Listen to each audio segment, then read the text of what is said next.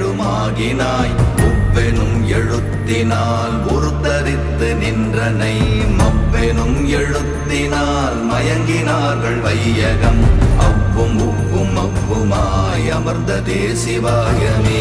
ஓம் நமச்சிவாய ஓம் ஓம் நமச்சிவாய ஓம் நமச்சிவாய ஓம் ஓம் நமச்சிவாய ஓம் நமச்சிவாய ஓம் ஓம் நமச்சிவாய ஓம் நமச்சிவாய ஓம் ஓம் நமச்சிவாய.